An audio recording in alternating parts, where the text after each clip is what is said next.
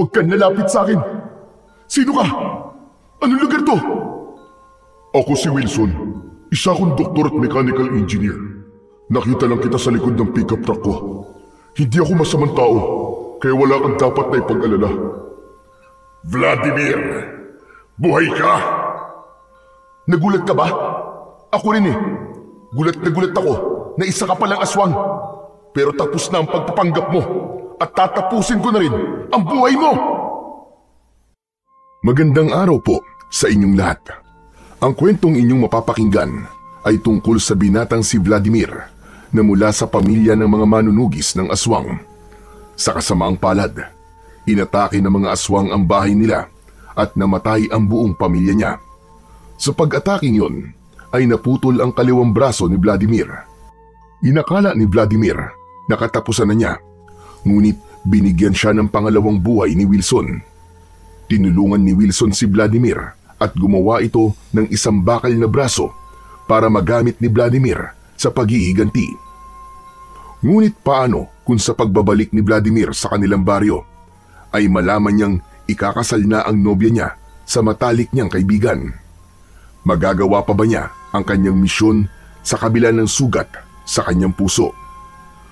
Ngunit bago po ang lahat mga idol, huwag po nating kalimutang mag-subscribe at i-hit ang notification bell sa aking YouTube channel na Apong Isaak at The Voice Addict para sa mas marami pang makapigil hiningang kwentong aswang at katatakutan mula sa mundo ng kababalaghan.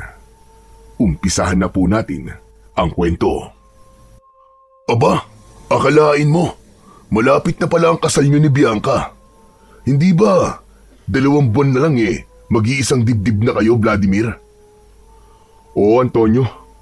Kinakabahan na nga ako Saka, hindi ko akalain na ganito pala kahirap ang paghahanda sa isang kasal. Akala ko, basta na lang magpapatahi ng damit at maghahanap ng magluluto ng pagkain. Pero hindi pala. Ang daming dapat asikasuhin. Hehehe, imbitado ba ako sa kasal niyo ni Bianca? Magtatampo ko kung hindi. Pambihira ka naman, Antonio. Pwede bang mawala ka doon? Best friend kita Ikaw ang best man ko, kaya hindi ka pwedeng mawala doon. Yan naman talaga ang hinihintay ko Akala ko ay maghahanap ka pa ng ibang best man Ano ka ba? Wala nang ibang pwedeng maging best man ko kundi ikaw lang.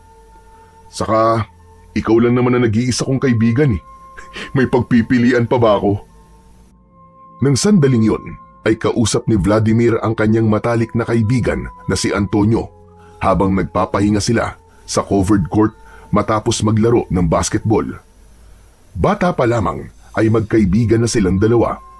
Sa kabila ng pagiging mayaman ni Antonio at nag-iisang anak ng mayor ng bayan nila na si Mayor Silverio, ay hindi ito nag-alangan na makipagkaibigan sa isang kagaya ni Vladimir na isang simpleng tao lamang. Oo nga pala, Tol. Maiba ako. Kumusta na pala ang pagtugis niyo sa mga aswang? May hinala na ba kayo kung sino ang mga aswang dito sa baryo natin? Sa totoo lang, Tol, nahihirapan kaming tukuyin kung sino ang mga aswang. Alam namin na may pinuno sila at yun ang dapat naming malaman. Kalkulado kasi ang galaw ng mga aswang Halatang mayroong nag-uutos sa kanila. Kaya sa oras na malaman namin kung sino ang boss ng mga aswang dito sa ating baryo, ay madali na namin silang matatalo. Pero Tol, salamat sa iyo at sa pamilya mo Kung wala kayo rito sa baryo natin, nako, paniguradong mas magiging takot ang mga tao rito sa mga aswang na yun. Pero sana talaga, matapos na ang problema natin sa mga aswang na yan. Ang tagal na nilang nananalasa dito sa atin. Ang dami na rin nilang nagiging biktima. Hindi ba noong nakaraang linggo lang, pinatay ng aswang na inyong buntis na anak ni Aling Marites? Nakakaawa dahil 2 buhay ang kinuha nila. Basta kapag kailangan nyo ng tulong ay magsabi lang kayo sa amin. Ang sabi naman ni Daddy ay willing siyang tumulong sa paghanap ng mga aswang na yan. O paano, Tol? Kailangan ko na palang umuwi. Malapit na palang dumilim Alam mo naman dito sa lugar natin, di ba? Nakakatakot na magpaabot ng gabi sa labas. Sige, Tol. Maraming salamat. Uuwi na rin ako. Nang umalis na si Antonio sa covered court, ay umalis na rin si Vladimir. Mag-isa siyang naglakad pauwi sa kanilang bahay. Pagdating ni Vladimir sa bahay nila, ay kumakain na sa kusina ang kanyang nanay at isang kapatid na lalaki na mas matanda sa kanya. Kilala ang pamilya nila bilang isang mahusay na manunugis ng mga aswang sa baryo nila. Maging ang mga ninuno nila ay kilalang manunugis din noon. Ipinamana ng mga ito sa kanila ang tungkuling sugpuin ang mga nilalang ng dilim, gaya ng mga aswang. Ngunit sa kabila ng kanilang pagsisikap na sugpuin ang mga aswang sa kanilang lugar, ay hindi nila yun masugpo-sugpo. Ilang taon na nilang sinisikap na malaman kung sino ang pinuno ng mga aswang, pero sadyang magaling magtago ang mga ito. Nang maupo si Vladimir para sumalo sa pagkain, ay napansin niya na tahimik at seryoso ang mga magulang at kapatid niya. Teka, bakit parang seryoso niyo yata ngayon? Meron ba tayong problema? Malaki talaga ang problema natin, anak. Lalo ka na. Ha? Teka tay, bakit ako?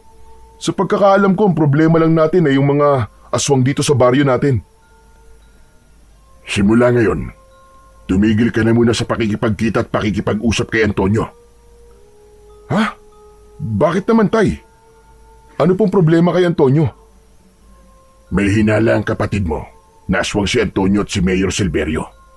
Kagabi ay may hinabol na aswang ang kuya mo at nagpunta yun sa abandonadong gusali malapit sa bahay ni na Mayor. Naghintay ang kuya mo sa labas ng gusaling yun at nakita niya na lumabas mula roon si Mayor Silverio. Dinugtungan ng kapatid ni Vladimir ang sinabing yun ng kanilang ama. Ayon dito, ay sigurado ito na walang ibang pumasok sa abandonadong gusali kundi tanging si Mayor Silverio lamang. Hindi makapaniwala si Vladimir sa kanyang mga narinig. Hindi niya matanggap na may posibilidad na aswang ang kanyang matalik na kaibigan dahil ibig sabihin lang nun na maaari silang maging mortal na magkaaway. Siguro po'y si Mayor Silverio lang ang aswang. Baka naman hindi aswang si Antonio. Anak, alam ko na mahirap para sa iyo na tanggapin ang bagay na ito dahil talagang magkaibigan kayo ni Antonio. Pero matagal ka nang manunugis ng mga aswang at alam mo na kapag aswang ang tatay ay ganun din ang anak. Ngunit huwag ka mag-alala. Sa ngayon ay oobserbahan muna natin sina Mayor at Antonio. Kailangan ay masiguro muna natin kung aswang ba talaga sila bago tayo gumawa ng anumang hakbang. Napatitig sa kawalan si Vladimir. Kahit paborito niya ang ulam na nasa hapagkainan, ay bigla siyang nawalan ng gana. Nanlamig ang buo niyang katawan habang tumatakbo sa isip niya sa kung ano na ang mangyayari sa pagkakaibigan nila ni Antonio sa sandaling mapatunayan nila na isa nga itong aswang. Nang sumunod na araw, ay nagkita sina Vladimir at ang nobya niyang si Bianca sa bayan. Susukatan na ng damit na pangkasal si Bianca at nais nito na kasama si Vladimir. Gaya ni Antonio, ay kilala na ni Vladimir si Bianca simula pagkabata. Nasa elementarya pa lamang sila ay may paghanga na siya talaga kay Bianca. At nang tumuntong sila ng high school, ay doon na ito niligawan ni Vladimir. Ngunit hindi siya nito sinagot. Matapos ang kolehiyo, ay muling niligawan ni Vladimir si Bianca at doon na niya naipakita rito kung gaano siya kaseryoso sa nararamdaman niya. Halos isang taon na nanligaw si Vladimir bago siya sinagot ni Bianca. Matapos masukatan ni Bianca ay nagtungo sila sa isang fast food restaurant. Habang kumakain ay walang tigil ang bibig ni Bianca sa pagpapahayag ng kasiyahan nito sa wedding gown na susuotin nito sa kanilang kasal. Baka sa mukha nito ang labis na kasiyahan, ngunit si Vladimir ay tila may sariling mundo. Nakatulala at iniisip niya pa rin ang napag-usapan nila kagabi ng kanyang pamilya. Ano ba yan, Vladimir? Kanina pa ako nagsasalita rito pero hindi ka naman nakikinig. Ano bang iniisip mo? Ha? Wala. Ano nga ulit yung sinasabi mo? Hay nako, ang dami ko nang nasabi, no? Tinatamad na akong ulitin yun. Ano ba kasing iniisip mo, ha? Hindi ako naniniwalang wala. Kilala kita, Vladimir. Wala talaga, Bianca. Wala namang bago sa kung anong iniisip ko eh. Yung problema natin sa baryo. Mga aswang na naman. Vladimir, pwede bang wag mo munang isipin ang mga bagay na yan hanggang sa matapos na ang kasal natin? Pwede bang sa preparation ng kasal natin ikaw muna mag-focus? Bianca, alam mo naman di ba na hindi ako pwedeng tumigil sa pagbabantay sa baryo natin laban sa mga aswang. Ang pamilya lang namin ang inaasahan ng mga tao sa lugar natin pagdating sa bagay na yan. Ay nako, nandiyan naman ang mga magulang mo at kapatid mo eh. Hayaan mo na muna sila. Nag-aalala rin ako sa'yo. Baka kung anong mangyari sa'yo bago tayo ikasal. Huwag ka mag-alala sa akin, Bianca. Hindi ako mapapahamak. Bata pa lang ako eh, sinanay na ako para maging isang manunugis. Kaya alam ko ang ginagawa ko. Napailing na lamang si Bianca sa sinabi ng kanyang nobyo. Kumagat ito sa burger nito at tumingin sa labas. Ramdam ni Vladimir na nagtatampo ang kanyang nobya. Inabot niya ang isa nitong kamay at masuyo yung pinisil. Alam kong concern ka lang sa akin. Pero hindi talaga ako pwedeng huminto sa pagtugi sa mga aswang, Bianca. Pero huwag ka mag-alala. Nangangako ko sa'yo. Naligtas ako at walang kulang sa parte ng katawan ko sa araw ng kasal natin, okay? Pero ano nga ba talaga ang dahilan kung bakit ang lalim-lalim ng iniisip mo kanina? Sinagot ko na ang tanong mo, di ba? Hindi, Vladimir. Kilala kita. Alam ko na nagsisinungaling ka. Hindi ang mga aswang ang dahilan kung bakit malalim ang iniisip mo. Sige na, magsabi ka sa akin ng totoo, Vladimir. Hindi ba?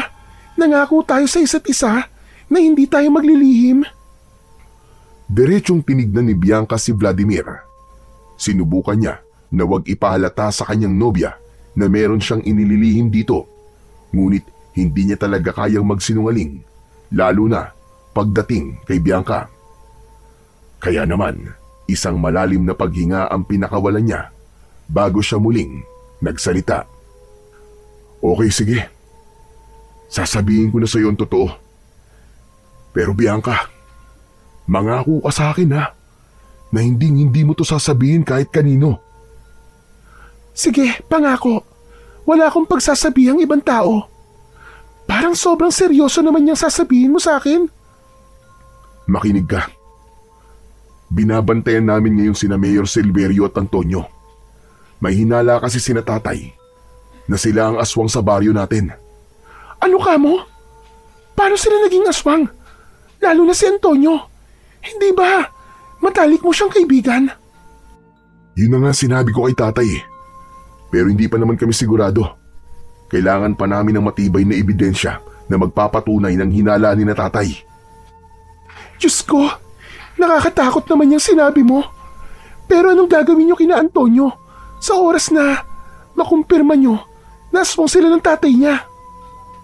Alam mo naman ang ginagawa namin sa mga aswang, Bianca, di ba? Papatayin sila nila tatay. Maging si Bianca ay nag-alala sa nalaman nito. Kahit paano kasi ay kaibigan na rin ang turing nito kay Antonio. Namayani ang katahimikan sa kanilang dalawa. Patuloy pa ring iniisip ni Vladimir kung magagawa ba niyang patayin ang sarili niyang kaibigan sa sandaling mapatunayan nila na isa nga itong aswang. Isang tahimik na madaling araw, nagising si Vladimir mula sa mahimbing na tulog sa kanyang silid nang makarinig siya ng pagkalabog sa kabilang silid kung saan naroon ang kanyang kapatid. Hindi niya sana yun papansinin, ngunit narinig niya ang malakas na pagsigaw ng kanyang ama. Napabalikwas ng bangon si Vladimir. Nagmamadali siyang lumabas ng kanyang kwarto. Didiretso sana siya sa silid ng kanyang mga magulang nang mapansin niya na nakaawang ang pinto ng kanyang kapatid. Lumapit siya roon at binuksan niya ang pinto. Napasinghap siya nang tumambad sa kanya ang walang buhay na katawan ng kanyang kapatid. Kalunos-lunos ang itsura nito. Halos humiwalay na ang ulo nito sa leeg dahil sa lalim ng laslas nito sa leeg. Wakwak ang dibdib nito at wala na ang puso. Kuya! Kuya! Sinong may gawa nito sa'yo? Bago pa pumatak ang luha ni Vladimir, ay muli niyang narinig ang sigaw ng kanyang ama na parabang pinahihirapan ito ng gusto. Walang pagdadalawang isip na tumakbo si Vladimir sa silid ng kanyang mga magulang. Doon ay nakita niya ang 3 aswang. Hawak ng 2 aswang ang magkabila ang kamay ng kanyang ama, habang ang isang aswang naman ay nasa ibabaw nito. Ang nanay naman niya ay nasa isang sulok at wala ng buhay. Wakwak ang tiyan nito at nakalabas pa ang mga lamang loob. Pakiramdam ni Vladimir ay nananaginip lang siya. Para na siyang mawawala sa sarili sa kanyang mga nakikita. Vladimir anak! Tumakas ka na! Hindi magawang igalaw ni Vladimir ang kahit na anong parte ng kanyang katawan. Nanatili siyang nakatayo habang bumabagsak ang luha sa kanyang pisngi. Tumingin ang aswang na nasa ibabaw ng kanyang ama. Nakakaloko yung ngumisi sa kanya habang marahan itong inilapit ang matutulis nitong mga kuko sa leeg ng kanyang ama. Wag! Wag! Parang awa mo na! Wag mo sasaktan ang tatay ko! Hindi pinakinggan ng aswang ang pagsusumamo ni Vladimir. Walang awa nitong nilaslas ang leeg ng kanyang ama. Malakas na sumigaw si Vladimir. Nawalan siya ng lakas at napaluhod siya sa saig habang pinapanood niya ang paglapa ng 3 aswang sa katawan ng kanyang ama. Hindi totoo to! Panaginip lang ang lahat ng ito! Hindi totoo to! Paulit-ulit yung sinambit ni Vladimir. Pinilit niyang kinumbinsi ang sarili na hindi totoo ang lahat ng kanyang nakikita ng sandaling yun. Nang matapos na ang 3 aswang sa tatay ni Vladimir, ay sa kanya naman lumapit ang mga ito. Tumayo ang mga yun sa kanyang harapan habang nananatili siya sa kanyang pagkakaluhod. Isa-isang tinignan ni Vladimir ang 3 aswang. Hanggang sa sinunggaban ng isang aswang ang kaliwang braso niya. Iniunat nito yun at napasigaw si Vladimir nang biglang kinagat ng isa pang aswang ang balikat niya. Padiin ng padiin ang matutulis nitong mga ngipin at halos maabot na nun ang kanyang buto. Paulit-ulit na kinagat ng aswang ang balikat at braso niya hanggang sa nang hilakbot siya nang tuluyang naputol ang buong braso niya. Parang mga gutom na aso na pinag-aagawan ng 3 aswang ang braso ni Vladimir. Alam ni Vladimir na kung hindi siya kikilos ay mamamatay din siya gaya ng kanyang mga magulang. Pilit siyang tumayo at tumakbo sa kusina. Binuksan niya ang pinturoon at dumiretso siya sa talayban na nasa likod lamang ng kanilang tahanan. Pakiramdam niya ay hindi na sumasayad ang talampakan niya sa lupa sa bilis ng pagtakbo niya. Mabilis na lumingon si Vladimir sa likuran. Mas lalo niyang binilisan ang pagtakbo dahil nakasunod sa kanya ang 3 aswang. Hindi nagtagal ay nakarating na si Vladimir sa loob ng kagubatan. Nahirapan siyang tumakbo dahil sa halos magkakadikit na puno at naging mabato na ang kanyang dinadaanan. May ilang matutulis na bato na tumutusok sa kanyang talampakan, ngunit hindi yun naging dahilan para huminto siya. Habang tumatagal sa pagtakbo si Vladimir, ay unti-unti na siyang nakakaramdam ng panghihina dahil sa dami ng dugo na nawawala sa kanya. Hindi nagtagal ay nakalabas na siya ng kagubatan at nakarating na siya sa isang kalsada. Nakakita siya ng pag-asa nang makita niya ang isang pick-up truck na nakahinto at nakahazard sa gilid ng kalsada. May isang lalaki na umiihi sa gilid na nahinuna niyang driver ng sasakyan. Walang pag-aalinlangang sumakay si Vladimir sa likod ng pick-up truck. Humiga siya roon habang unti-unting nanlalabo ang kanyang paningin. Hindi nagtagal ay tuluyan na siyang pumikit at nilamon na ng kadiliman ang kanyang mundo. Sa muling pagbukas ng mga mata ni Vladimir ay nasa isang hindi pamilyar na silid na siya. may nakakabit na dextrose sa kanang kamay niya at nang hilakbot siya nang makita na wala na ang kaliwang braso niya.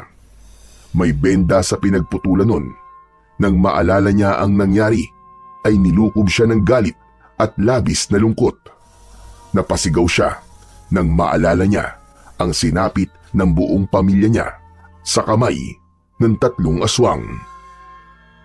Bumukas ang pinto ng silid. Isang may edad na lalaki ang pumasok. Manipis ang buhok nito at meron itong makapal na bigote at balbas. Nakasuot ito ng salamin sa mata na halatang mataas ang grado. Naalerto si Vladimir. Pinilit niyang tumayo, ngunit hindi niya magawa sapagkat nanghihina pa siya. Huwag kang lalapit sa akin. Sino ka? Anong lugar to? Ako si Wilson. Isa akong doktor at mechanical engineer. Nakita lang kita sa likod ng pickup truck ko. Wala kang malay kaya dinala kita dito sa bahay ko upang gamutin. Huwag ka mag-alala. Hindi ako masamang tao. Kaya wala kang dapat ikatakot sa akin. Humila ng upuan si Wilson at umupo sa tabi ng kama. Ano ba nangyari? Bakit putol ang isa mong braso? Naaksidente ka ba? Nakainkwentro ka ba ng mabangis na hayop sa gubat? Mga aswang. Sila ang may gawa nito sa akin. Pinatay nila ang buong pamilya ko. Mga hayop sila. Papatayin ko sila. Papatayin ko sila. Tatayo sana si Vladimir pero mabilis siyang pinigilan ni Wilson. Wag ka munang gumalaw. Sariwa pa sugat mo, uminahon ka lang. Baka dumugo yan. Uminahon? Paano ako iinahon matapos ang nangyari sa akin? Pinatay ng mga aswang na yun ang pamilya ko sa harapan ko mismo. At wala man lang akong nagawa. Babalikan ko sila at ipaparanas ko sa kanila ang ginawa nila sa pamilya ko. Sa tingin mo ba ay kaya mo lumaban sa kalagayan mo ngayon? Wala akong pakialam. Kahit hindi ko pa kaya. Kailangan ko maipaghiganti ang pamilya ko. Hindi mo ko naiintindihan dahil hindi mo pa naranasang patayin ang pamilya mo ng mga aswang. Sandali. Hindi ka naniniwala sa akin, oh. Iniisip mo siguro na baliw ako. Naniniwala ako sa iyo. At hindi lang ikaw ang nawalan ng mahal sa buhay dahil sa mga aswang. Pinatay ng aswang ang mag-ina ko. Natigilan si Vladimir sa sinabing yun ni Wilson. Nangilid ang luha ni Wilson at agad nito yung pinunasan gamit ang kanyang kamay. Mas makabubuti sa iyo kung magpahinga ka na muna. Gaya na sinabi ko, sariwa pa ang sugat mo at hindi ka pa pwedeng magkikikilos. Kung gusto mo talaga magiganti, magpalakas ka. Ligtas ka dito sa bahay ko, kaya wala kang dapat na ipag-alala. Hindi na hinintay pa ni Wilson na muling magsalita si Vladimir. Tumayo na ito at diretsong lumabas ng silid na yon. Nang mapag-isa, ay doon na tuluyang pinakawalan ni Vladimir ang mga luha na kanina pa niya pinipigilan. Hindi pa rin siya makapaniwala na ulila na siya at pinatay ang buong pamilya niya sa napakarahas na paraan. Sa mga lumipas na araw ay naramdaman ni Vladimir ang pag-aalaga sa kanya ni Wilson kahit hindi sila magkaano-ano. Dahil sa mahina pa ang katawan niya, ay si Wilson ang matyagang nagpapakain sa kanya. Sinusubuan siya nito at tinutulungan na makapunta sa banyo. Si Wilson din ang naglilinis at nagpapalit ng benda sa sugat niya. Palagi nitong tinitignan kung merong impeksyon o pamamaga ang kanyang sugat. At habang tumatagal, ay mas lalong nararamdaman ni Vladimir ang kirot na hindi lang mula sa sugat, kundi kirot mula sa kaloob-looban ng kanyang puso. Sa tuwing makikita niya na wala na ang kaliwang braso niya, ay nararamdaman niya na wala na siyang silbi. Makalipas ang 1 linggo, ay nagawa ng makalabas ni Vladimir sa silid kung saan siya nagising. Naglalakad-lakad siya sa kabuuan ng bahay ni Wilson at nalaman niya na may kalakihan yun. Malinis ang mga dingding, puting-puti at malamig sa mata. Nakita niya rin ang makeshift laboratory ni Wilson.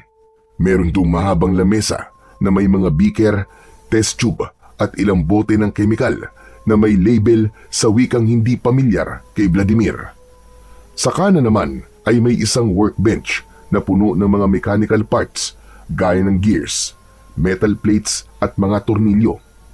Sa gitna ay may isang elevated platform na merong rotating mechanism na hindi niya alam kung para saan. Isang gabi, pinayagan na si Vladimir ni Wilson na sumabay sa pagkain dito sa dining area. Hindi na rin siya nito sinusubuan dahil yun ang request niya. Habang maganang kumakain si Wilson, ay nakatingin lang si Vladimir sa kutsara at tinidor na nasa kanyang harapan. "Oh, bakit hindi ka pa kumakain? Huwag kang mag-alala. Masarap ako magluto. Specialty ko yata yan, sisig. Itinuro pa sa akin yan ng lola ko." Hindi pa rin gumalaw si Vladimir hanggang sa napansin na ni Wilson kung bakit hindi pa rin ginagalaw ni Vladimir ang pagkain. "Ay, naku, pasensya ka na. Nakalimutan ko." Tumayo si Wilson at inalis nito ang tinidor, saka ito bumalik sa upuan nito. "Alam kong nahihirapan ka pang mag-adjust sa sitwasyon mo ngayon, na isa na lang ang braso mo. Pero nandito ko para tulungan ka." "Pakiramdam ko ay wala na akong silbi, Wilson. Paano ko pa may paghihiganti ang pamilya ko kung isa na lang ang braso ko? Ano pang magiging laban ko sa mga aswang? Huwag mong isipin na mahina ka dahil nawalan ka ng isang parte ng iyong katawan. Naniniwala ko na kapag nakabawi ka na ng tuluyan sa lakas mo, ay magagawa mo pa rin ang mga gusto mong gawin." Dinampot ni Vladimir ang kutsara at nagsimula na siyang kumain. Muli niyang naalala ang kanyang pamilya. Pinilit niyang balikan ang masasaya nilang alaala, ngunit ang nakikita niya ay kung paano pinatay ang mga yon ng mga aswang. "Ang sabi mo sa akin, pinatay din ng aswang ang mag-ina mo. Paano mo nagawang malampasan ang kalungkutan?"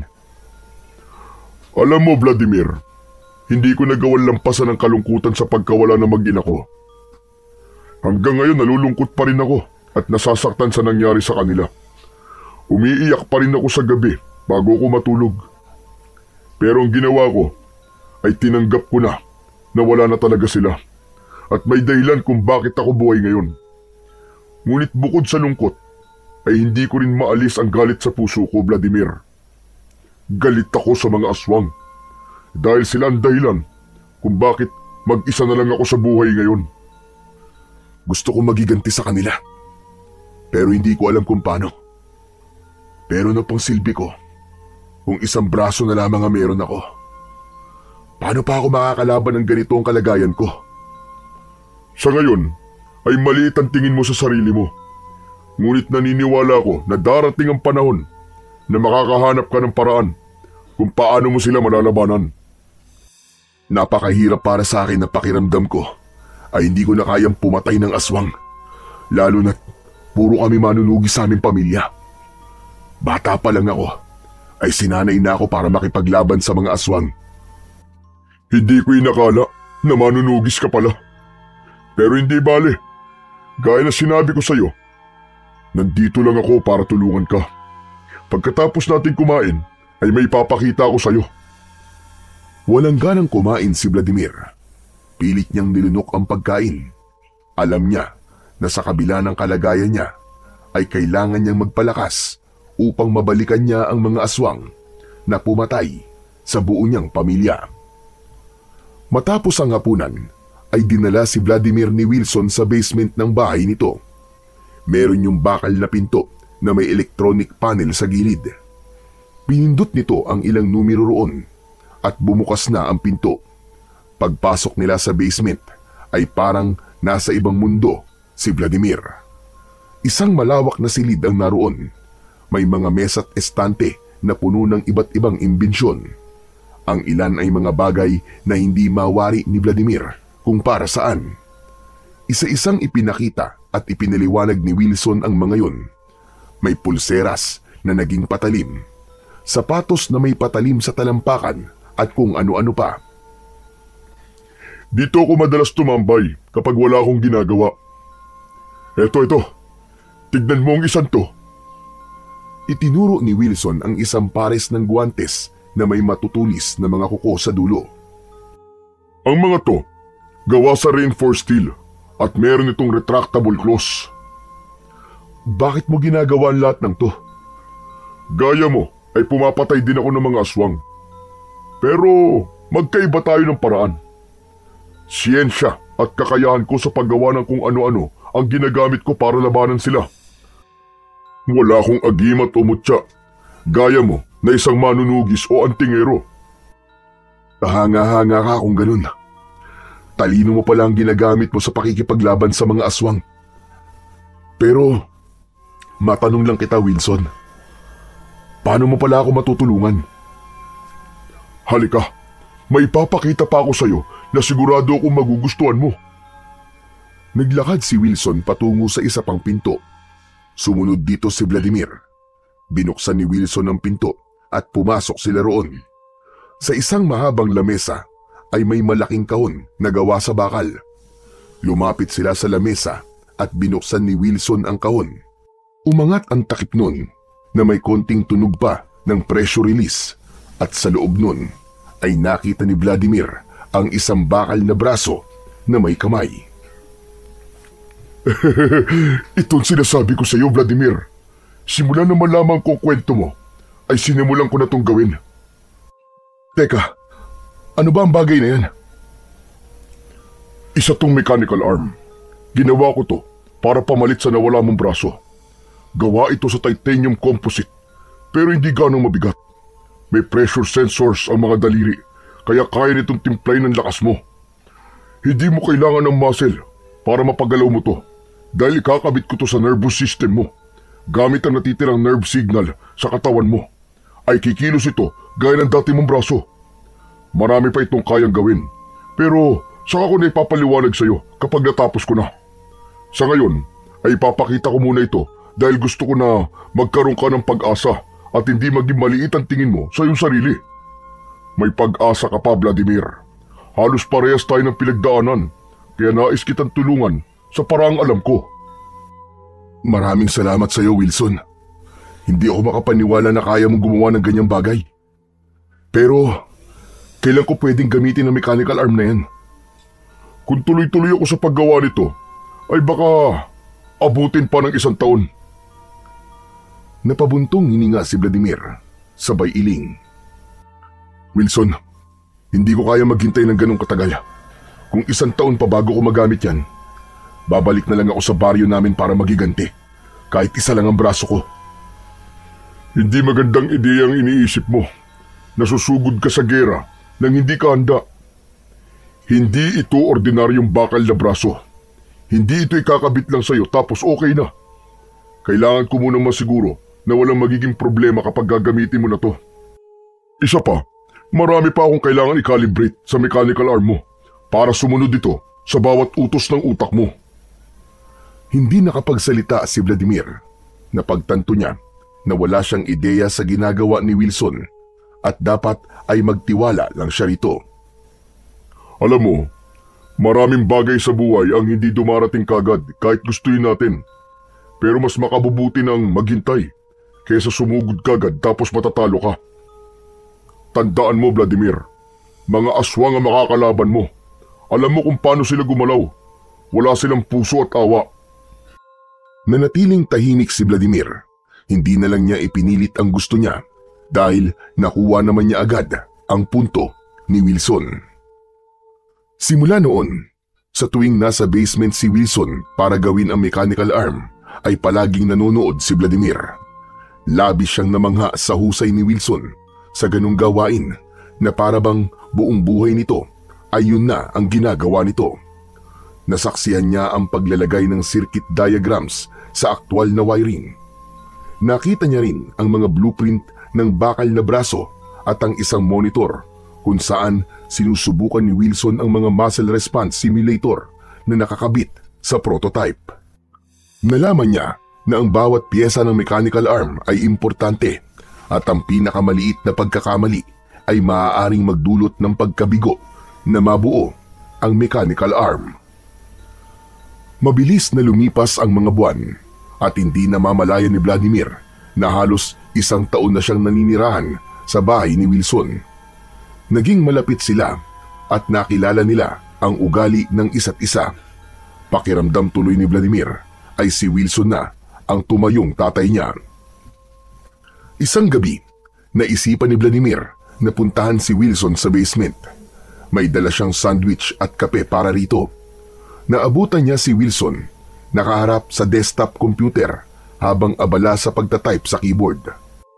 Sa lamesa na nasa tabi ng monitor ay naroon ang mechanical arm at may nakakabit na mga wire dito.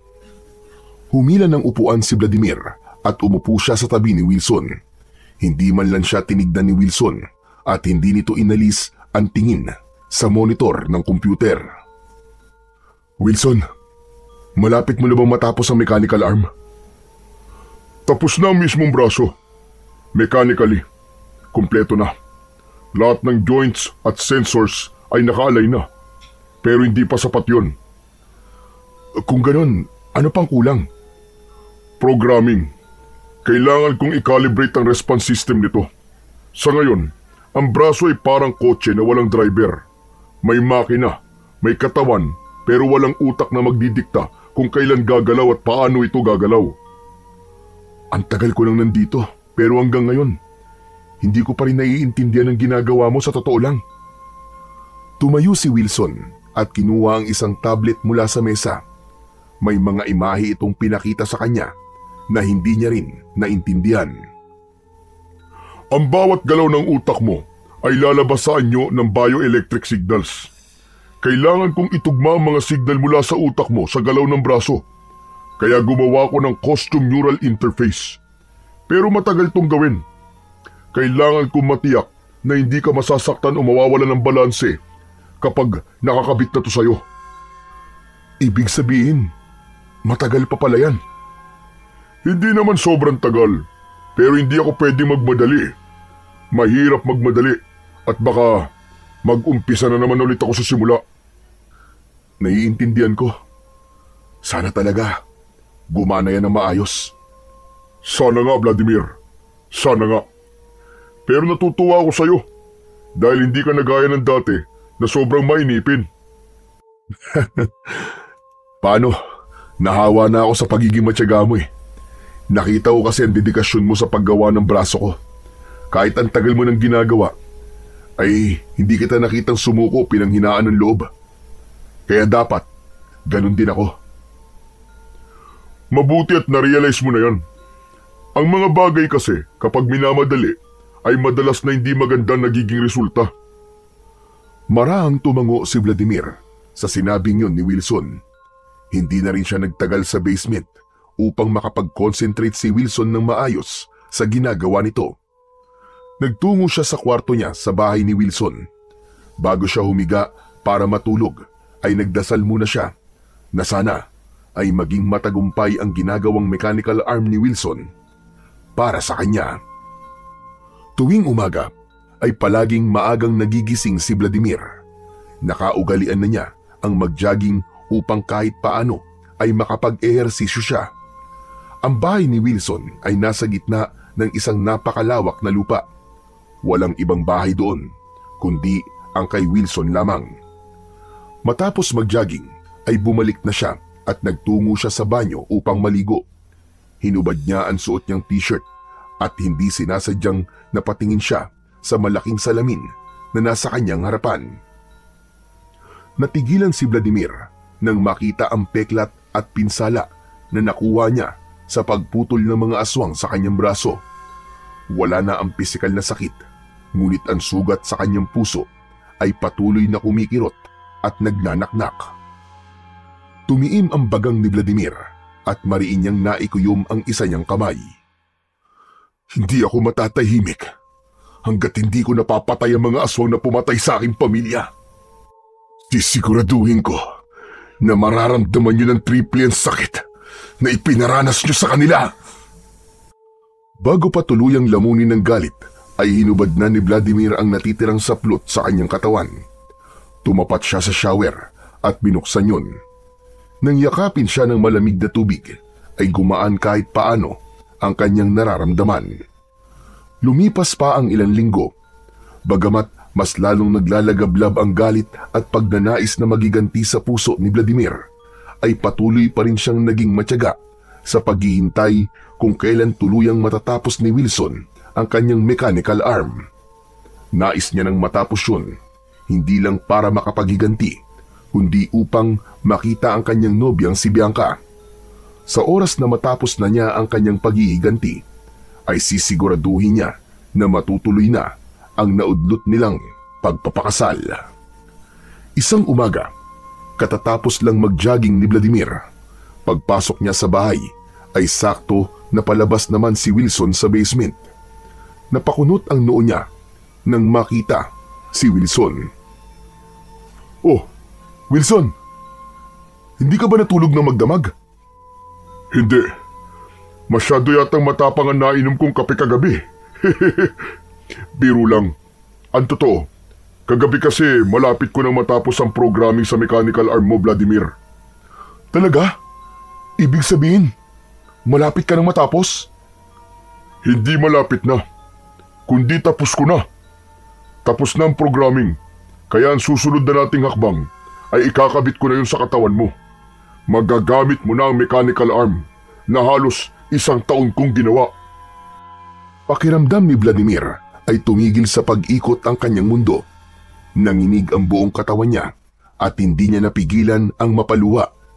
Sa sobrang saya ay nayakap niya si Wilson na bahagyang nagulat sa kanyang ginawa. Maraming salamat, Wilson. Hindi ko talaga akalain na may taong kagaya mo dito sa mundo. Hindi man tayo magkadugo, pero abot langit ang pagtulong mo sa akin." "Wilson, maraming salamat talaga sa'yo." "Ano ka ba? Walang anuman yun, Vladimir. Alam kong mabuti kang tao, kaya deserve mo ang lahat ng tulong na binigay ko sa'yo." "Napakabuti mo, Wilson.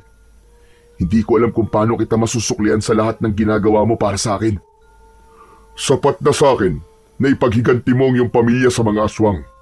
Sa ganung paraan ay para mo na ring ipinaghiganti ang mag-ina ko." Marahang kumalas si Vladimir sa pagkakayakap kay Wilson at diretso niya itong tinignan sa mga mata. "Pangako, Wilson, gagawin ko ang lahat para maipaghiganti ang buong pamilya ko. Uubusin ko ang mga aswang sa baryo namin at tutugisin ko ang 3 aswang na siyang pumatay sa aking pamilya at pumutol sa braso ko." Nakangiting tumango si Wilson at tinapik sa braso si Vladimir. Sinabi nito ang mga dapat niyang gawin bago nito ikabit sa kanya ang mechanical arm. Bagamat may kaba at kaunting takot siyang nararamdaman dahil unang beses niyang mararanasang makabitan ng isang makinarya sa katawan, ay mas lamang pa rin ang kasabikan niya na maging normal ulit ang kanyang pagkilos dahil sa kahangahangang imbensyon na yon ni Wilson. Pagsapit ng gabi, ay nagtungo na sina Vladimir at Wilson sa operating room sa bahay ni Wilson. Humiga si Vladimir sa operating table. Sa tabi ay may mga medical tray na puno ng sterile tools, syringe at ilang maliliit na screwdrivers at soldering pens. Naroon din ang mechanical arm na anumang sandali ay ikakabit na sa katawan ni Vladimir. "O ano? Handa ka na ba, Vladimir?" "Wala na rin naman akong ibang pagpipilian, di ba?" Ngumiti si Wilson. Tinapik nito ang balikat ni Vladimir bago kumuha ng isang maliit na injection sa tray. "Papatulugin kita, Vladimir, upang hindi mo maramdaman ang operasyon. Pero paggising mo, sisiguraduhin ko sa'yo na magbabago na ang lahat." "Salamat, Wilson. Salamat talaga sa lahat." "Sige na, umpisahan mo na." "Huwag ka na muna magpasalamat. Ipagdasal natin na hindi ire-reject ng katawan mo ang mechanical arm." Ibinigay ni Wilson ang injection sa braso ni Vladimir.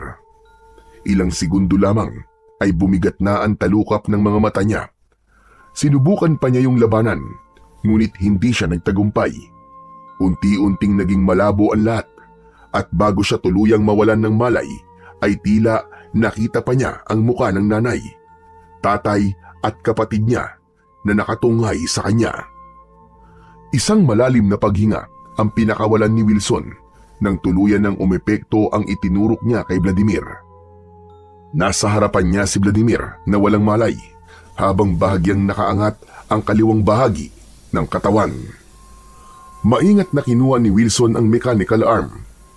Nakapaloob sa mga layer nun ang mga fiber wires, hydraulic tubes at titanium joints na dinisenyo upang gumaya sa kilos ng tunay na braso ng tao. Bago pa man niya yun ikabit, ay sinuri niyang muli ang mechanical arm kung wala yung problema. Ikinonekta muna ni Wilson ang mga bio-interface wires sa exposed nerve endings ni Vladimir. Gamit ang surgical tools at mga clamp ay ipinagdikit niya ang mga fiber lead ng mechanical arm sa muscle sensors at nerve forts sa loob ng balikat ng binata. Isa-isa niyang kinabitan ng locking pins ang mga metal plates sa buto at gamit ang soldering tool ay siniguro niya na walang gagalaw sa anumang bahagi ng mechanical arm. Sa bawat ikinukonekta ni Wilson na bahagi ay tumutunog ang maliit na monitor sa gilid ng lamesa. Nang maikabit na ang buong braso, ay ipinasok ni Wilson ang manipis na interface chip sa cervical base ni Vladimir na malapit sa leeg. Yun ang magsisilbing transmitter ng electrical signals mula sa utak patungo sa braso. Isa yung delikadong bahagi ng operasyon, kaya halos hindi humihinga si Wilson habang inilalagay yun. Pagkatapos ng ilang oras, ay malalim na huminga si Wilson. Pinunasan niya ang pawis sa kanyang noo at pinagmasdan ang kanyang gawa. Ang dating putol na kaliwang braso ni Vladimir ay napalitan na ng makintab at matibay na bakal na braso na alam niyang magagamit ito sa pakikipaglaban. Umaga na nang magising si Vladimir. Nakahiga na siya sa kanyang silid at nang igala niya ang kanyang paningin ay wala roon si Wilson. Agad niyang tinignan ang kaliwang bahagi ng kanyang katawan. Napaluwa siya nang makita niyang nakakabit na doon ang mechanical arm na halos 1 taon nang ginawa ni Wilson. Biglang bumukas ang pinto at pumasok si Wilson at ngumiti ito. "Mabuti naman at nagising ka na. Kumusta ang pakiramdam mo?" "Medyo nahihilo pa ako. Saka parang namamanhid pa ang buong katawan ko." "Normal yan dahil sa ininject ko sa'yo bago ang operasyon." "Wilson, tapos na ba talaga?" "Tapos na. Nagtagumpay tayo, Vladimir." Umangat si Vladimir at pinagmasdan niya ang kanyang kaliwang braso. Sinubukan niya yung igalaw at bawat daliri ay kumikilos ayon sa gusto niya kahit may konting paninigas. "Sa mga unang araw ay hindi mo pa yan maigagalaw na maayos dahil nag-a-adjust pa ang katawan mo. Pero matagal na siguro ang 1 buwan bago mo yan magamit gaya ng isang normal na braso." "Hindi talaga ako makapaniwala, Wilson. Salamat. Ang tagal kong inisip kung paano ako babangon. Akala ko tapos na ang lahat sa akin simula nang maputulan ako ng braso. Pero binigyan mo ako ng pag-asa. Napakalaki ng utang na loob ko sa'yo." "Walang anuman, Vladimir. Ang gagawin mo sa ngayon ay magpahinga at magpalakas." Napahawak si Vladimir sa kanyang bagong braso. Naramdaman niya ang pagbalik ng dati niyang lakas. Sa kauna-unahang pagkakataon, mula nang masawi ang kanyang pamilya, ay muling kumislap ang apoy sa loob niya. At ngayon, mas matindi na ito kesa dati. Sa mga sumunod na araw, matapos ang operasyon, ay halos hindi pa rin makapaniwala si Vladimir sa mechanical na braso na nakakabit sa kanyang katawan. Sa bawat paggising niya, ay laging una niyang tinitignan ang kanyang kaliwang braso. Isang makintab na bakal na itim ang kulay. Mabigat yun noong una, pero habang lumilipas ang mga araw, ay unti-unting natututunan ng kanyang katawan ang balanse at pagdala sa mechanical arm. Isang hapon, dumating si Wilson habang nakaupo si Vladimir sa labas ng bahay. Bitbit ni Wilson ang isang tablet. Umupo ito sa tabi niya at may mga bagay itong ipinakita mula sa tablet na dala nito. Vladimir, makinig ka. Kailangan mo malaman ang lahat ng kayang gawin ng braso mo upang malaman mo ang kapasidad nito. Ang totoo gusto ko rin niyang itanong sa'yo. Pero naisip ko na gagawin mo yan sa takdang panahon. Sa loob ng braso mo ay may tinatawag na hydraulic piston shock core. Ibig sabihin, sa isang suntok mo ay kaya nitong durugin ng isang bloke ng bato. Sinusuportahan ito ng carbon steel frame na hindi basta-basta nasisira o nagagasgasan. Lumapit si Wilson at itinuro ang ilang bahagi ng braso ni Vladimir. Itong bahagi na ito, kapag pinagana mo ito gamit ang utak mo, ay lalabas ang isang patalim na kasintalas ng bagong hasang itak. May hook ka rin na nakatago sa forearm. Kapag naisip mong gusto mong lumundag o abutin ang mataas na lugar, ang system ng braso mo ay maglalabas ng hook at kabling kayang humila ng hanggang 2 toneladang bigat. Kaya kong palabasin ang mga yon? Gamit lang ang isip ko? Oo, ganun na nga. Gumamit ako ng NeuroSync node chip. Kapag mas naging pamilyar ka na sa braso mo, para mo na rin ginagalaw ang tunay mong kamay at braso. Wala kang kailangang pindutin at hindi mo kailangang magsalita. Isip lang ang kailangan mo at gagana na ang lahat ng nariyan. Marami pang sinabi si Wilson sa kayang gawin ng mechanical arm ni Vladimir. At habang nakikinig si Vladimir, ay mas lalong lumaki ang kanyang pagkamanga dahil tila gumawa si Wilson ng isang bagay na napakaraming kayang gawin. Nanatiling tahimik si Vladimir habang pinagmamasdan ang kanyang bakal na braso. Naniniwala siya na ang bagay na yon ang magiging daan upang tuldukan ang kadilimang sumira sa kanyang pamilya at bumabalot sa kanilang baryo. Makalipas ang ilang buwan ng pahinga, ay dumating na nga ang araw upang sanayin si Vladimir ni Wilson sa paggamit ng kanyang mechanical arm o bakal na kamay. Nagtungo sila sa likod ng bahay ni Wilson. Nakatayo sila sa gitna ng malawak na bakanting lupa. O ano, Vladimir? Handa ka na ba? Simulan natin sa mga basic functions. Gamit ang utak mo, ay paganahin mo ang isa sa mga bagay na itinuro ko sa'yo noon. Umikit si Vladimir sandali. Ilang segundo lang ay may mahinang klik siyang narinig at biglang nag-transform ang kaliwang kamay niya at naging malaking barilyon. Sa loob ng baril ay may nagsimulang umikot na mekanismo. Yan! Yan ang arm cannon mode. Kaya niya magpakawala ng matinding pressure bullet na gawa sa condensed energy. Hindi literal na bala, pero sapat para mabutas ang isang konkretong pader. Walang pag-aalinlangan na itinutok ni Vladimir ang braso sa bakal na target. Sa isang iglap ay nagpakawala yon ng isang napakalakas na enerhiya na naging dahilan para tumilapon ang kanyang target. Sa mga sumunod na araw ay mas lalo niyang nahasa ang kanyang mga kakayahan. Kaya niyang baguhin ang mga mode ng braso mula sa bladed form, hook, hanggang sa arm cannon mode. Napakabilis ng kanyang pagkatuto. Sa tuwing may bagong itinuturo si Wilson, ilang subok lang ay natututunan na kagad yon ni Vladimir. Habang tumatagal ay mas lalong lumalaki ang tiwala ni Vladimir na malapit na niyang makuha ang hustisya para sa pagkamatay ng kanyang buong pamilya.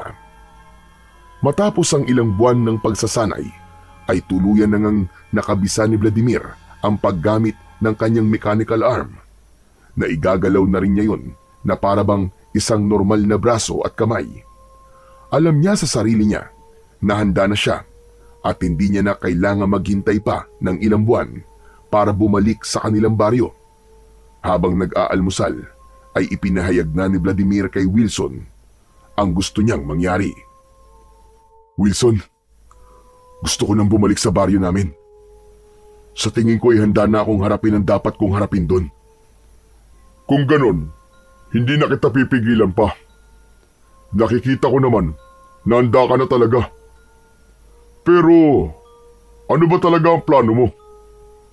Ang gusto ko ay walang makakaalam ng pagbabalik ko ron para mas madali ako makakilos.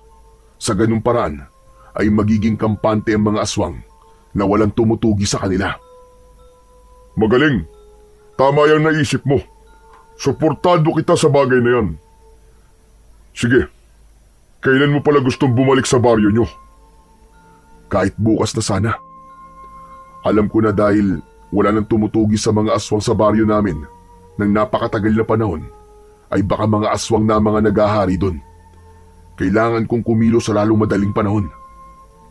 Marahang tumango si Wilson at tinapik nito sa braso si Vladimir. Nagpalitan ng ngiti ang dalawa. Sa loob ni Vladimir ay patuloy ang apoy na naglalagablab at inisip niya na magtatagumpay siya sa mga gagawin niya sa pagbabalik niya sa baryo kung saan siya nagsimulang mangarap. Nang sumunod na araw ay naghanda na sina Vladimir sa pagbabalik niya sa kanilang baryo. Siniguro niyang dala niya ang lahat ng kailangan nila. Bago sumikat ang araw ay bumiyahe na sina Vladimir at Wilson gamit ang pick-up truck. Hindi nagtagal ay nakarating na sila sa bukana ng baryo. Nagtungo sila sa gubat at doon sila nagtayo ng camping site na magiging pansamantalang tirahan. Pagkatapos nilang maitayo ang camping site, ay nagpaalam muna si Vladimir kay Wilson. Sisilip muna ako sa baryo namin, Wilson ha. Gusto ko malaman ang kalagayan ng mga tao na naroon. Gusto mo bang samahan kita? Hindi na kailangan. Kaya ko na ito mag-isa. Sisilip lang naman ako eh. Wala akong gagawin doon na iba. O sige, basta bumalik ka kagad at tandaan mo, walang pwedeng makakilala sa'yo. Huwag ka mag-alala, Wilson. Mag-iingat ako. Sige, salamat. Matapos yun, ay tinahak na ni Vladimir ang daan palabas ng kagubatan. Bawat takbang niya ay may kasamang kaba dahil wala siyang ideya sa makikita niya sa kanilang baryo. Nakasuot siya ng itim na jacket at nakasaklob sa ulo niya ang hood. Nagsuot siya ng guwantes sa kaliwa niyang kamay upang walang makakita na gawa yun sa bakal. Hindi nagtagal ay nakarating na si Vladimir sa baryo. Bagya siyang nakayuko habang naglalakad at pinagmamasdan ang buong paligid. Agad niyang napansin na wala na ang dating sigla sa lugar na yun. Walang mga batang naglalaro at walang nagkwekwentuhan sa labas. Halos lahat ng bahay ay sarado at ang ilan ay may mga nakasabit pang bawang sa pintuan at mga bintana. Ang iilang taong nasasalubong ni Vladimir ay mabilis na naglalakad na tila ba nagmamadali. May nadaanan pa nga siyang isang bahay kung saan may ilang tao na nakikipaglamay. Narinig niya ang kwentuhan ng mga nasa labas ng bahay na yun na aswang ang pumatay sa nakaburol. Huminto si Vladimir saglit at pinagmasdan ang paligid. Wala nang buhay ang baryong yun. Napalitan yun ng takot, katahimikan at nang hindi maipaliwanag na bigat sa hangin. Kaya mas lalong tumitibay ang paniniwala niyang tama nga ang desisyon niyang bumalik.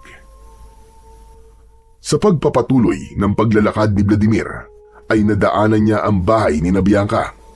May pagkasabik na lumukob sa puso niya dahil nais niyang makita ang kanyang nobya. Tahimik na nagtungo si Vladimir sa gilid ng bahay ni Bianca.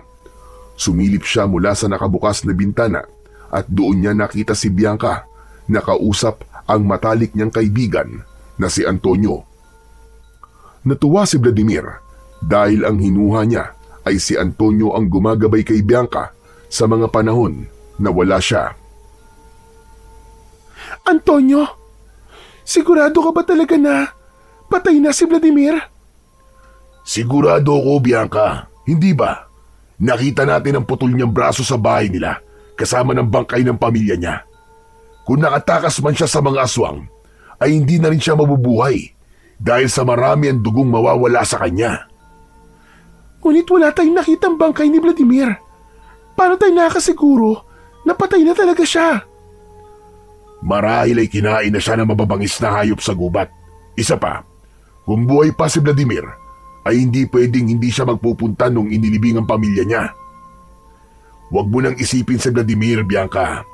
Ang isipin mo na lang ay ang nalalapit nating pagpapakasal sa susunod na buwan. Napatda si Vladimir sa huling sinabi ni Antonio. Hindi siya makapaniwala nang halikan ni Antonio sa labi si Bianca at hindi man lang pumalag ang kanyang nobya. Tama ka. Hindi na dapat ako nag-iisip ng kung ano-ano maliban sa kasal natin. Pasensya ka na, Antonio, kung nahahati ang isip ko nito mga nakaraang araw. Ganyan nga. Ang kasal lang natin ang isipin mo, Bianca. Mamaya na ang punta natin sa tatahi ng wedding gown mo, di ba? Sasamahan kita doon.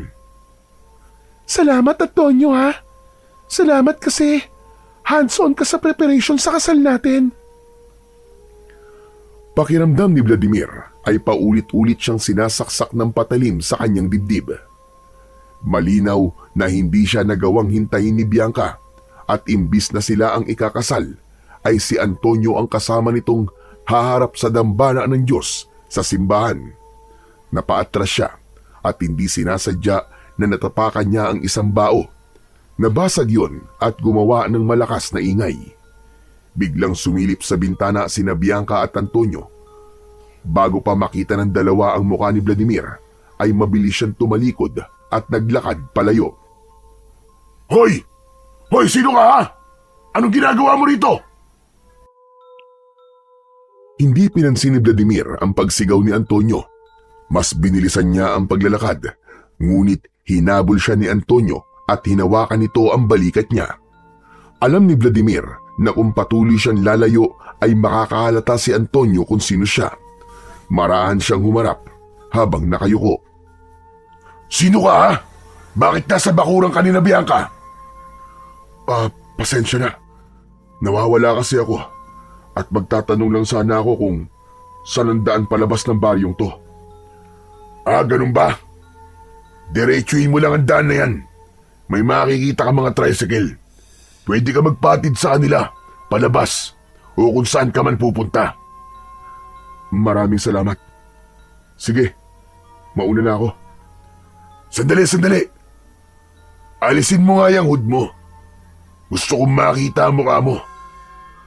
Pasensya na, pero nagmamadali lang talaga ako. Hindi na hinintay ni Vladimir ang sasabihin ni Antonio. Tumalikod na siya at malalaki ang mga hakbang na lumayo.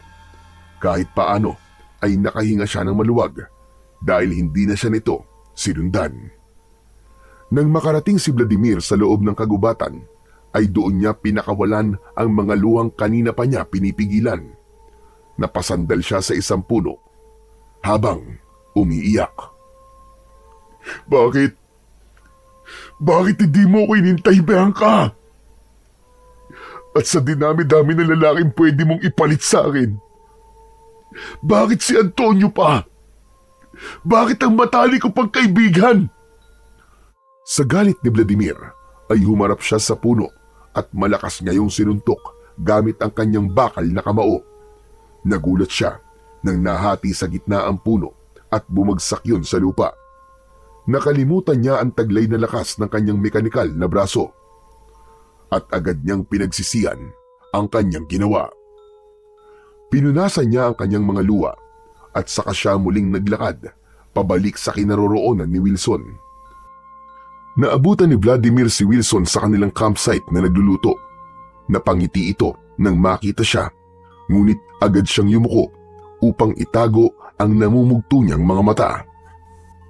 Ayos, tama-tama ang dating mo. Matatapos na ako magluto, kakain na tayo.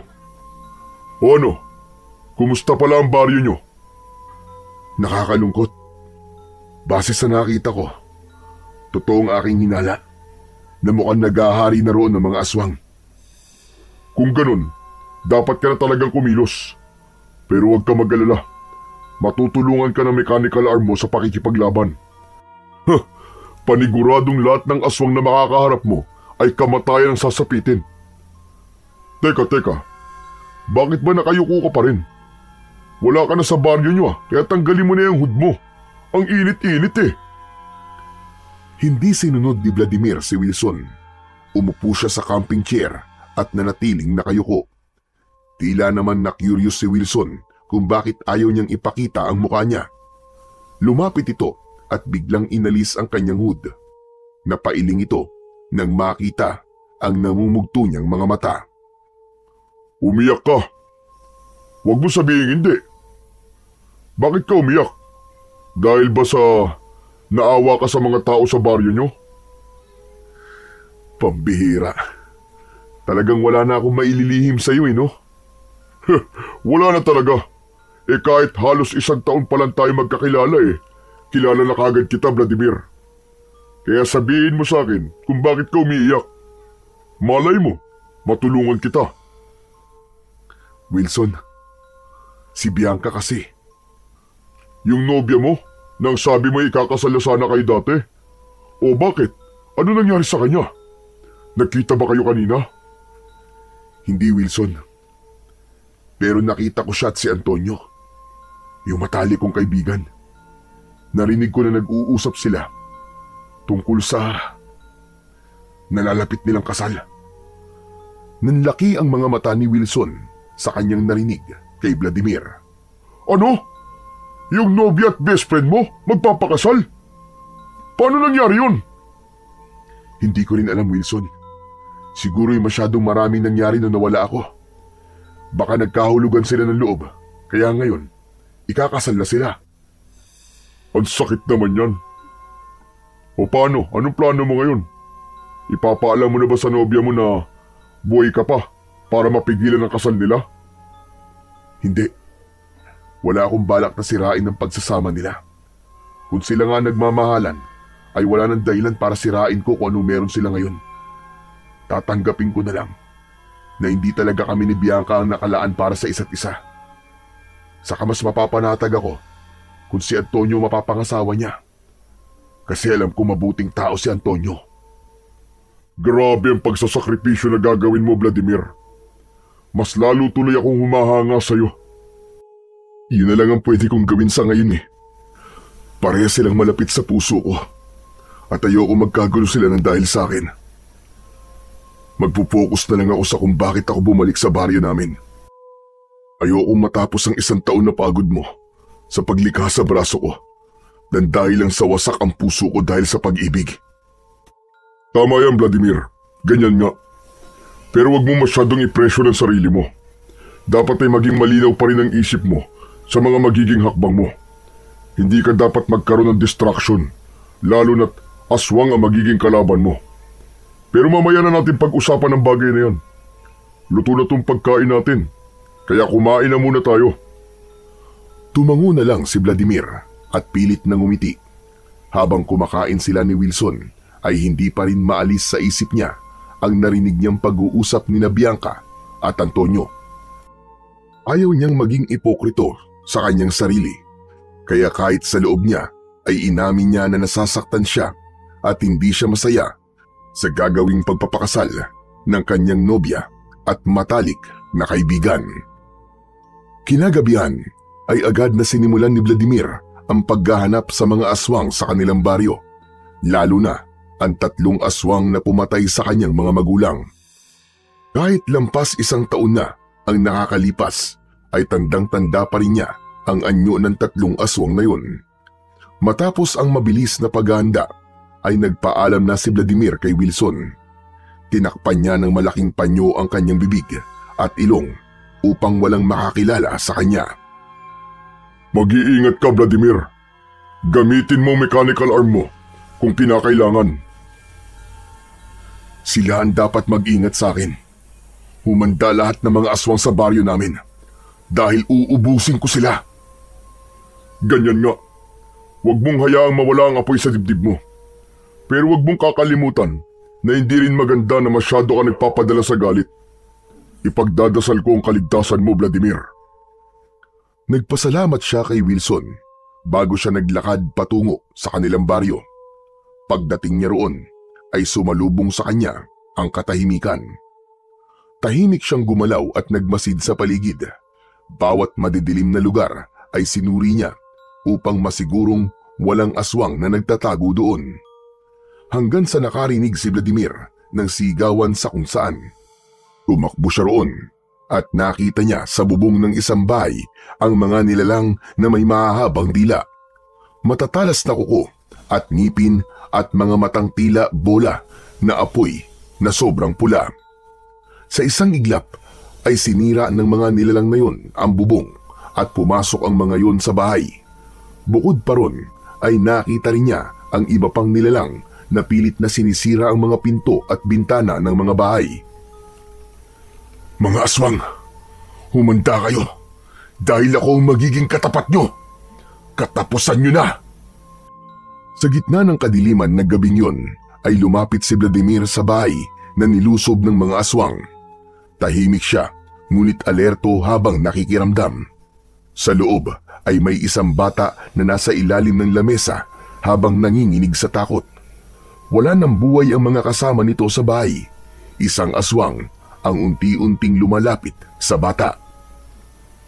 Hoy! Ako ang harapin mo! At hindi ang batang walang kalaban-laban! Mabilis na lumingon ng aswang at sumigaw ito. Sumugod ang aswang kay Vladimir. Hinubad niya ang kanyang jacket at doon na nalantad ang kanyang bakal na braso. Sinalubong niya ng suntok sa muka ang aswang at sa lakas ng kanyang suntok ay nadurog ang ulo ng aswang na agad nitong ikinasawi. Hindi nagtagal ay nagsimula na ang sigawan ng mga tao sa labas. Mula sa iba't ibang panig ng baryo ay dumarating na ang iba pang mga aswang. Lumabas si Vladimir sa bahay upang harapin ang kanyang mga kalaban. Nakita niya ang mga aswang na hinahabol ang mga tao habang ang iba ay may mga nilalapa na. Matapang na tumayo si Vladimir sa gitna ng kalsada at malakas na sumigaw. Hoy! Mga diablong buwang! Ako ang harapin nyo! Sabay-sabay na napatingin ang mga aswang kay Vladimir. Nagngalit ang mga ngipin ng mga yun at nanlisik ang mga mata. 3 aswang agad ang unang sumalakay kay Vladimir. Gamit ang kanyang utak ay pinagana niya ang shock module sa kanyang braso. Isang malakas na bugso ng kuryente ang lumabas sa kanyang kamay at tinamaan ang mga kalaban. Nangisay ang mga yun at bumagsak sa lupa habang tumutulo ang laway at umuusok ang katawan. Isang aswang ang sumugod at sinubukang kagatin ang leeg ni Vladimir. Isang patalim ang lumabas sa kanyang siko at itinarak niya yun sa leeg ng aswang. Hinugot niya agad yun, sabay suntok sa tiyan nito. Sumambulat ang mga lamang loob ng aswang sa lupa at nagkalat ang dugo. Dumami pa ang mga aswang na sinubukang patumbayin si Vladimir. Ngunit si Vladimir ay mas lalong naging matapang. Lumaban siya ng mabilis at walang awa. Ang kanyang braso ay nagbabago-bago ng anyo at naglalabas ng iba't ibang klase ng sandata. Pinalabas niya sa kanyang mechanical arm ang isang chainsaw na may matutulis na ngiping umiikot. Nang tumama yon sa katawan ng aswang, ay napunit ang balat nito at nabiyak ang katawan sa gitna. O ano? Hindi pa rin ba kayo susuko mga diablong buwang? Kahit gaano pa kayo karami, ay kayang-kaya ko kayo. Hindi ko kayo aatrasan. Uubusin ko kayong lahat. Inalibutan si Vladimir ng 5 aswang at sabay-sabay na sumugod ang mga yun sa kanya. Ginamit niya ang hook at umigkas yun sa sanga ng isang puno. Hinatak siya ng matibay na lubid at lumipad siya pataas. Pinakawalan niya ang hook at pagbagsak niya sa lupa ay sinalubong niya ng malakas na suntok sa muka ang isang aswang. Ang isa naman ay pinuluputan niya ng whip blade sa leeg at malakas niya yung hinila na naging sanhi ng pagkakaputol ng ulo nito. Nagpatuloy si Vladimir sa pakikipaglaban. Ang kanyang mga mata ay naglalagablab sa galit, sa paghihiganti at sa pagnanasa na tapusin ang mga halimaw na sumira sa kanyang buhay. Hindi nagtagal ay naubos na ni Vladimir ang lahat ng aswang. Nagkalat sa lupa ang putol-putol at durog na bahagi ng mga aswang. Halos bumaha ang dugo sa baryo dahil sa dami ng mga aswang na napaslang ni Vladimir. Isa-isang lumabas ang mga tao sa kani-kanilang mga bahay. Lahat ay may pagtatakang nakatingin kay Vladimir na parabang pilit na kinikilala kung sino siya. Ngunit bago pa tuluyang may makakilala kay Vladimir, ay nagmamadali na siyang tumakbo palayo. Hindi pa kasi yun ang tamang oras para makilala siya ng mga tao sa baryo nila, lalo na't alam niya na wala sa mga aswang na napatay niya ng gabing yun ang 3 aswang na pumatay sa kanyang pamilya. Habol ni Vladimir ang kanyang paghinga nang makarating siya sa camping site nila ni Wilson. Pagod na pagod siyang umupo sa camping chair. Bumukas ang isang tent at lumabas mula roon si Wilson na may pag-aalala sa muka. Kumuha ito ng isang bottled water mula sa cooler at inabot kay Vladimir. Kumusta, Vladimir? Ang dami mong dugo. May sugat ka ba? Wala, Wilson. Ang lahat ng dugong nakikita mo sa katawan ko ay mula sa mga aswang na pinatay ko kanina. Ano ka mo? Mga? Ibig sabihin, marami kang nakalaban? Ganun na nga, Wilson. Pero sa dami ng mga aswang na napatay ko kanina, ay wala ron ni isa ang 3 aswang na pumatay sa pamilya ko. Napagtanto ko na baka ang 3 yun ang pinuno ng mga aswang na sumasalakay sa baryo namin. At kaya nila pinatay ang pamilya ko ay dahil kami ang tumutugi sa kanila. May hinala ka na ba kung sino ang 3 yun? Hindi ba madalas sa mga aswang ay nagpapanggap na tao at nakikihalubilo sa mga tao para hindi sila mapaghinalaan? Wala pa akong hinala sa ngayon kung sino sila, Wilson. Pero malakas ang pakiramdam ko na malapit ko nang malaman kung sino ang 3 yun. At kapag nalaman ko kung sino sila, kamatayan ang sasapitin nila sa akin. Gaya ng mga alagad nila na pinatay ko ngayong gabi. Mariin na ikinuyom ni Vladimir ang kanyang bakal na kamao. Ramdam pa rin niya ang mabilis na tibok ng kanyang puso. Pero teka, maiba ko. Kumusta pala ang paggamit mo sa mechanical arm mo? May aberya bang nangyari? Wala, Wilson. Napakagaling ng pagkakagawa mo rito, Wilson. Nakakanganga. Kahit ako, namanga sa dami ng pwede kong gawin sa bakal kong braso. Sayang. Dapat pala'y sumama ako sa'yo kanina para nakita ko kung paano mo ginagamit ang mechanical arm sa pakikipaglaban. Sayang talaga. Akala ko kasi wala kang aswang na makakaharap ngayon dahil unang gabi mo pa lang naman sa paghahanap sa mga aswang. Pero hindi bale, may susunod pa naman at sa susunod, sasama na ako sa'yo. Walang problema doon, Wilson. Sa susunod ay isasama na kita para makita mo sa aksyon ang imbensyon mo. Maraming salamat talaga, Wilson. Kundi dahil sa'yo, ay hindi ko magagawa ang lahat ng to. Sige, Wilson. Maglilinis muna ako ng katawan ko para makapagpahinga na rin ako. Tumayo na si Vladimir at mag-isa siyang nagtungo sa malinis na ilog sa hindi kalayuan. Pagdating niya roon, ay agad siyang naglublob sa malamig na tubig upang tanggalin ang malagkit na dugo ng mga aswang na nakakapit sa kanyang katawan. Nang sumunod na araw ay nagising si Vladimir na wala si Wilson sa tent nito. Inisip niya na baka naglakad-lakad lang ito. Nagsalang na siya ng takuring may lamang tubig sa portable gas tube para makapagkape. Habang hinihintay niyang kumulo ang tubig ay dumating si Wilson na may dalang 2 supot. Saan ka galing? Pagising ko wala ka na Nagpunta ako sa baryo nyo. Bumili ako ng pandesal at pansit. Puro na lang delata at instant food ang kinain natin kahapon Para maiba naman ngayon. Oh, buti naman at tagpainit ka na ng tubig para makapagkape na rin tayo. Pinagtulungang ayusin ni Vladimir at Wilson ang kanilang camping table para makapag-almusal na sila. Usap-usapan ka ngayon sa baryo nyo Ano? Nakilala ba nila ako kagabi? Hindi naman. Pinag-uusapan nila ron yung lalaking may bakal na braso. Hindi ba't ikaw yun? Hangang-hanga sila sa'yo. Hindi nila alam kung paano mo nagagawang maglabas ng iba't ibang sandata sa braso mo. Talaga? Hinahangaan nila ako? Oo. Pakiramdam ko nga Binigyan mo sila ng pag-asa.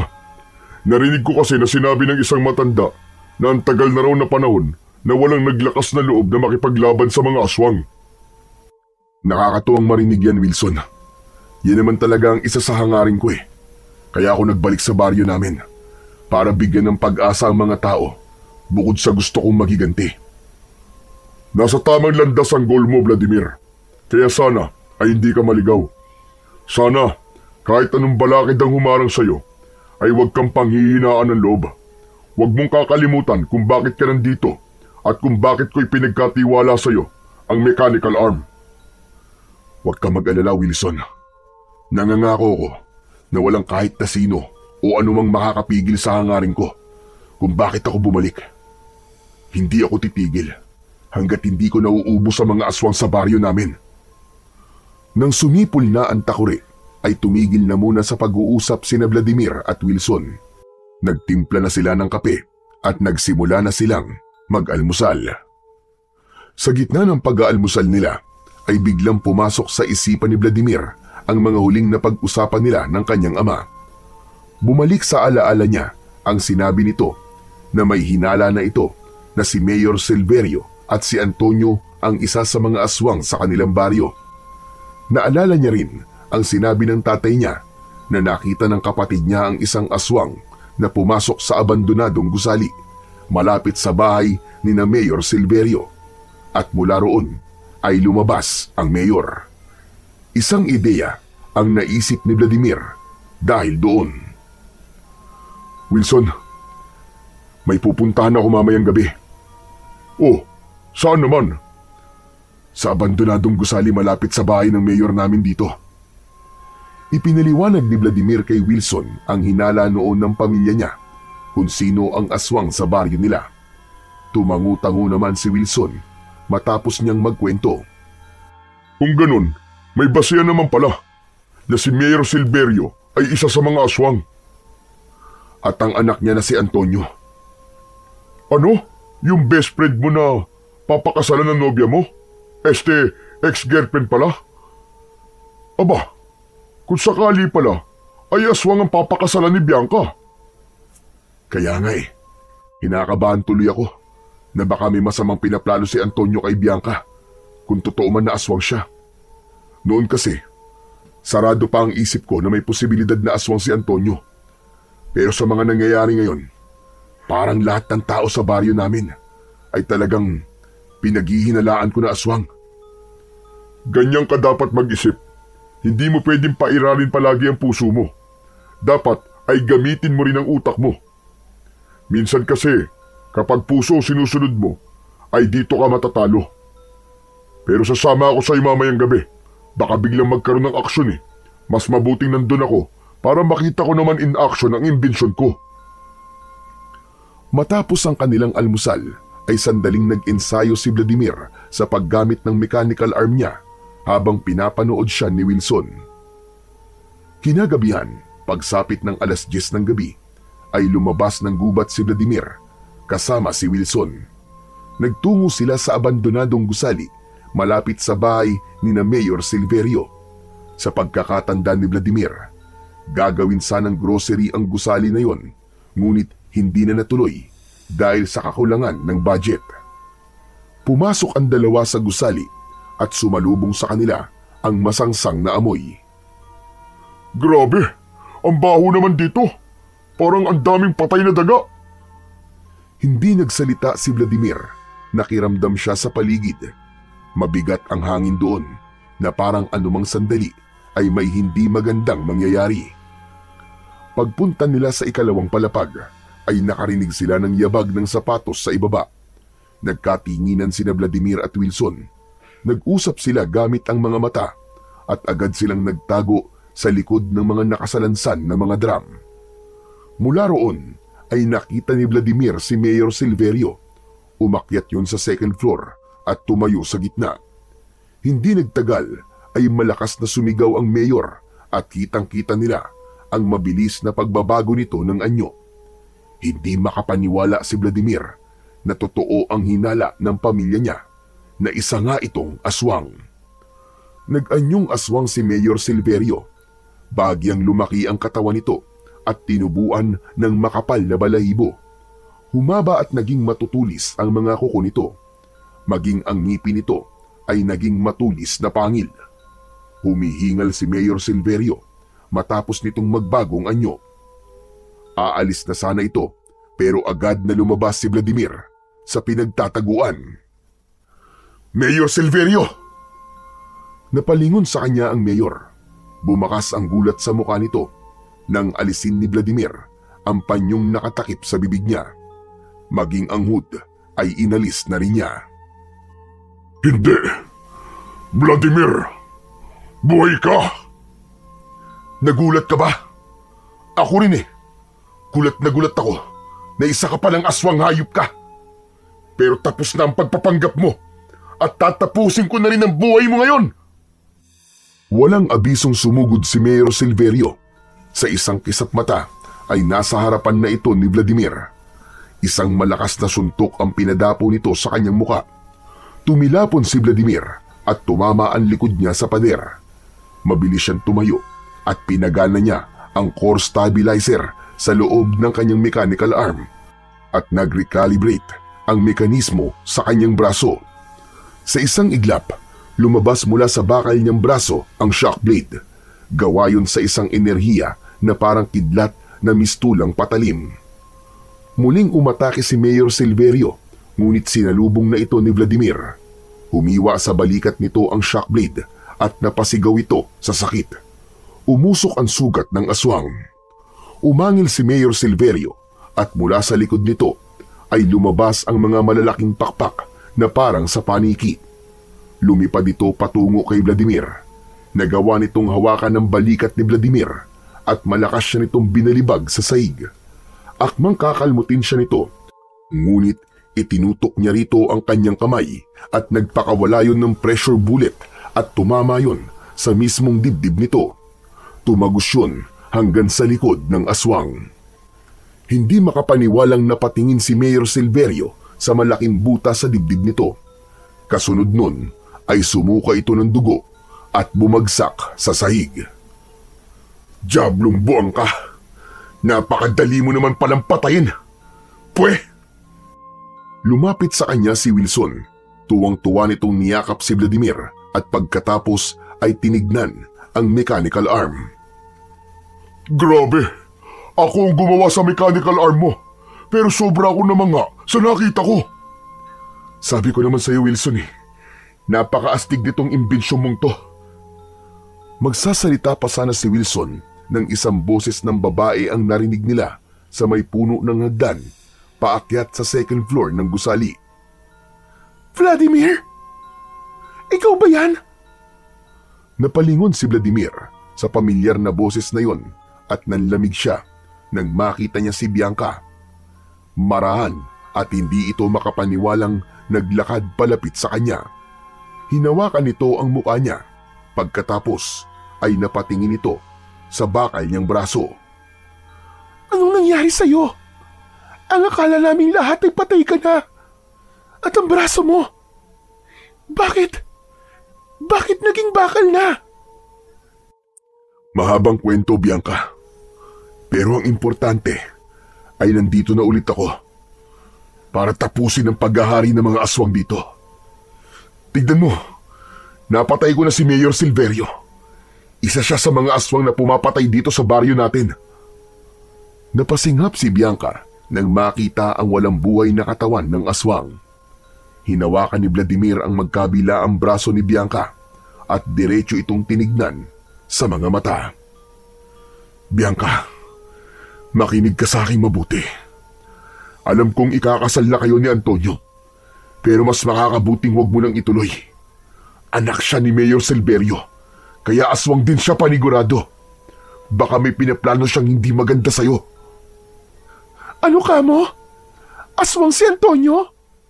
"Oo, Bianca, maniwala ka. Kahit ako nung una, hindi ako makapaniwala. Pangako, haharapin ko siya at gaya ng tatay niya, ay papatayin ko rin siya." Sa labis na pagkabigla ni Bianca, ay hindi na ito nakapagsalita. Nang maimasmasan ito, ay itinanong nito kung saan sila nakatira at walang pag-aalinlangan na ipinaalam ni Vladimir kay Bianca na sa gubat sila nagtatago ni Wilson. Pagkatapos nun, inihatid na nila si Bianca sa bahay nito habang sina Vladimir at Wilson naman ay bumalik na sa kanilang camping site. Pagdating nila roon ay napansin ni Vladimir ang pananahimik ni Wilson. Bakit ang tahimik mo naman dyan, Wilson? May problema ba? Hindi ko alam. Pero masama ang kutob ko sa nobya mo, Vladimir. Sa tingin ko, ay hindi mo dapat sinabi sa kanya kung nasan tayo. Huwag ka mag-alala, Wilson. Mapagkakatiwalaan si Bianca. Kakampi natin siya. Sabay na napatingin sina Vladimir at Wilson sa kaliwa nang makarinig sila ng kaluskos. Mula sa likod ng puno ay lumabas ang galit na si Antonio. Kulang na lang ay umapoy ang mga mata nito sa labis na puot. Walang hiya ka, Vladimir. Pinatay mo ang tatay ko. Magbabayad ka. Sisiguraduhin kong kahit sa kabilang buhay ay pagsisisihan mong bumalik ka pa rito. Hindi ako magsisisi sa pagpatay ko sa tatay mong hayop ka.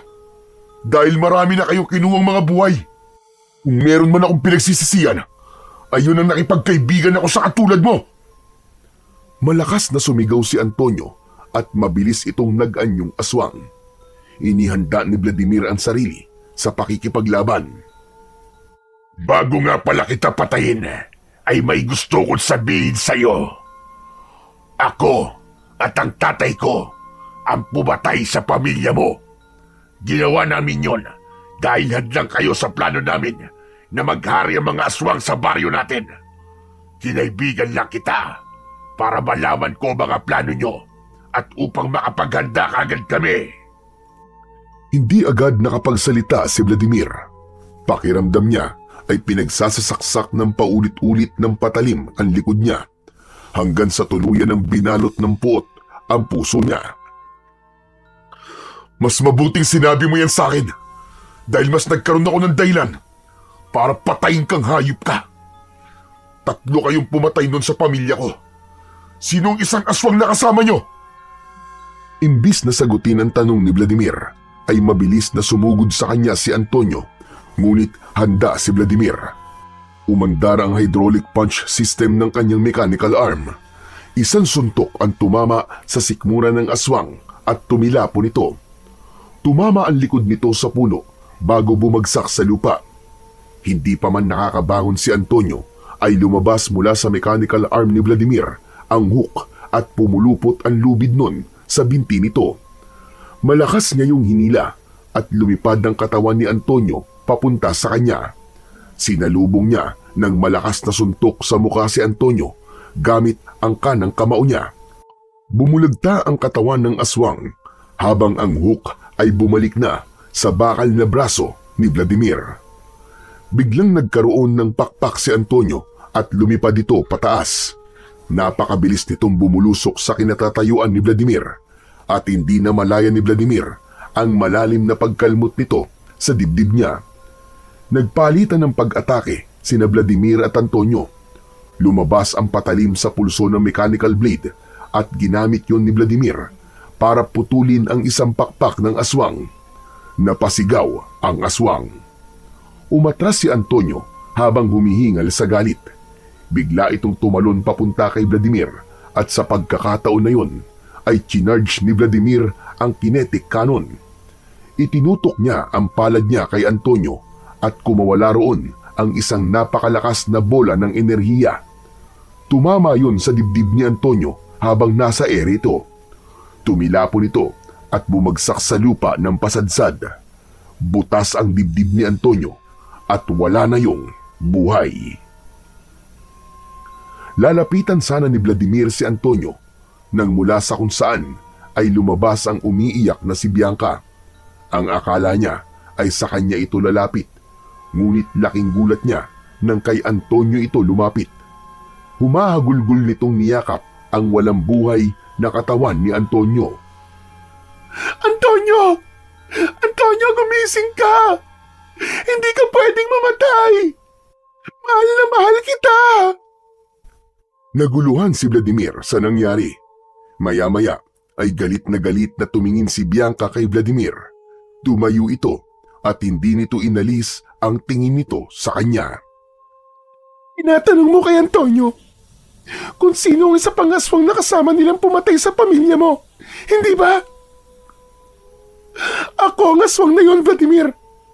Ako! Hindi totoo yan. Nagsisinungaling ka lang. Hindi, Vladimir. Ang totoo ay hindi naman talaga kita mahal. Ang plano sana namin, kapag ikinasal na tayo, ay doon ako titira sa bahay nyo para isa-isa kayong patayin. Pero nagbago ang plano namin ni Antonio nang malaman ko na may hinala na kayo na aswang si Antonio at si Mayor Silverio.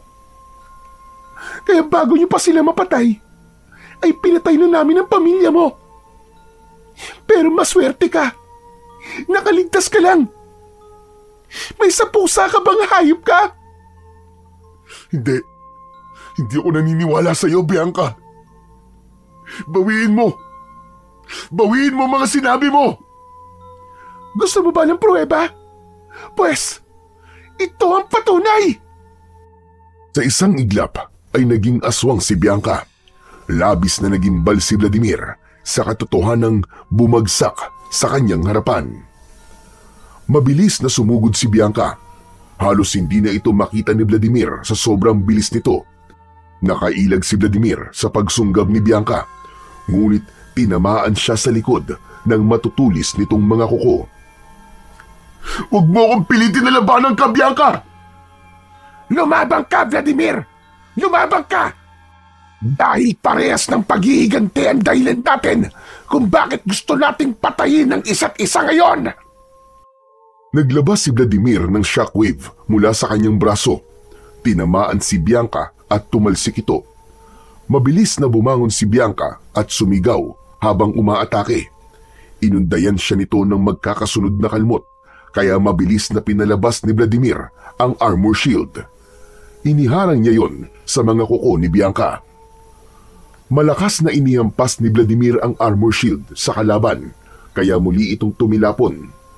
Lumabas sa palad niya ang dual cannon at pinaputok niya yon kay Bianca. Tinamaan sa tiyan at dibdib si Bianca, kaya hindi na ito tuluyang nakabangon. Lumapit si Vladimir sa nangihinang si Bianca. Tumayo siya sa kaliwa nito. Hindi mo ko kayang patayin, Vladimir. Alam kong mahal mo pa rin ako. May nagsabi sa akin na kapag puso ang pinairal ko ay matatalo ko. At sa pagkakataon na to, ay puso pa rin ang sinusunod ko. Tama nga ako. Hindi mo ko kayang patayin. Nagkakamali ka. Ang pagmamahal sa pamilya ko ang nangingibabaw sa akin ngayon. At ang lakas ng loob mong sabihin na hindi kita kayang patayin matapos ng ginawa mo sa mga magulang ko at sa kapatid ko. Hindi na binigyan ni Vladimir ng pagkakataong makapagsalita pa si Bianca.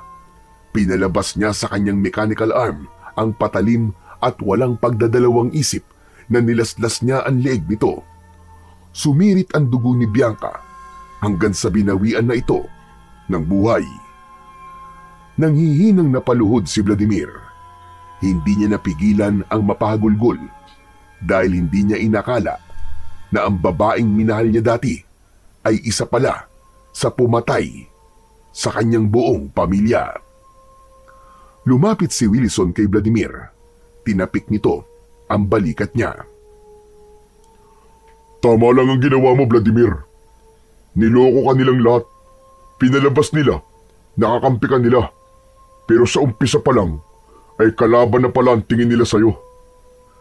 Napakasakit lang para sa akin, Wilson. Kasi minahal ko sila. Alam ko, pero ang mahalaga ay naipaghiganti mo na ang iyong pamilya. Napatay mo na ang 3 aswang na kumitil ng buhay nila. Hinayaan lang ni Wilson si Vladimir na ilabas lahat ng kanyang emosyon. Ngunit alam ni Vladimir na tama si Wilson. Tama lang ang ginawa niya. Marami ng buhay ang kinuha ng mga aswang sa baryo nila at ang pagpatay lamang sa mga ito ang tanging paraan upang huminto na ang pagpapalaganap ng mga ito ng takot at lagim sa kanilang baryo. Sa panibagong yugto ng kanyang buhay, pinili ni Vladimir na manatili sa poder ni Wilson. Unti-unti ay nawala ang bigat sa kanyang dibdib. Hanggang sa naging kasanggana siya ni Wilson sa mga bagong sandata laban sa mga aswang gamit ang teknolohiya. Naniniwala si Vladimir na hindi pa tapos ang kanyang pakikipaglaban sa kasamaan at mga aswang. Kaya patuloy siyang nagpapalakas at pinaguhusay pa niya ang paggamit ng kanyang bakal na braso. So yun na nga mga idol. Sana po ay nagustuhan niyo ang ating kwento ngayon. Ngayon naman po ay dumako na tayo sa inyong pinaka-nire-request at pinaka-hinihintay na shoutout portion. O ano po pong hinihintay natin? Simulan na po. Shoutout po Kuya Gio. Maraming salamat po sa walang sawang pagsuporta at pakikinig sa aking mga kwento. Shoutout po Hazel Fiesta. Shoutout Ani Nolase. Shoutout po Lydia Lopez. Maraming salamat po sa inyo. Shoutout Ibiang Bueno. Shoutout po Charita Dacles. Shoutout po Angela. Annalyn Duran. Shoutout po at maraming salamat Hilario Patra Jasmine. Shoutout po Jerome Recto. Shoutout po Lita 5. Shoutout po Connie 8612 from Taiwan. Hello po sa mga OFW natin dyan sa Taiwan na walang sawa pong nakikinig at sumusuporta sa ating munting channel. Maraming salamat din po Beverly Carba Hosa. Shoutout po Marian Quintiliano. Shoutout po Shauma TV. Maraming salamat po sa inyo. Shoutout po Virginia Pantillas. Maraming salamat din po at shoutout JBC21 from California, USA. Shoutout po Muldes Domingo. Shoutout po Rodagar Bida. At shoutout po Queen from UAE. At higit sa lahat, shoutout po Marilu Marcelino from Bataan. Muli po, maraming salamat po sa inyong walang sawang suporta at pakikinig ng mga kwentong aswang at katatakutan sa aking munting channel na The Voice Addict at Apong Isaak. Hanggang sa susunod pa pong kwento na magpapatindig ng inyong mga balahibo mula sa mundo ng kababalaghan.